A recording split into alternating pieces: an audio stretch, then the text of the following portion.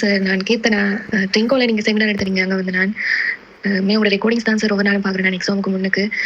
உண்மையா யூஸ்ஃபுல்லா இருக்கு. நான் இவ்வளோ நாள் மீடியாவுக்கு கிளாஸ் போனதே இல்ல. நாங்க அந்த எவரெஸ்ட் கிளாஸால ஒரு அக்காவ அரேஞ்ச் பண்ணது.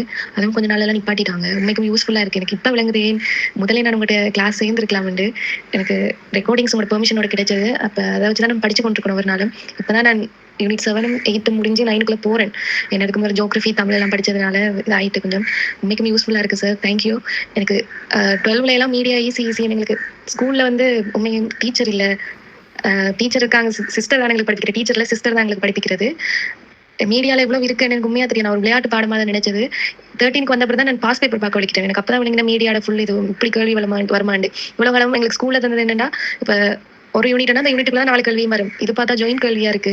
இப்பதான் விளங்கினது. நான் உங்களோட யூனிட்ஸ் நீங்க போட்ட அந்த ரெக்கார்டிங்ஸ் எல்லாம் உண்மைக்கும் யூஸ்ஃபுல்லா இருக்கு சார். படிக்க thank you so much. Thank you sir.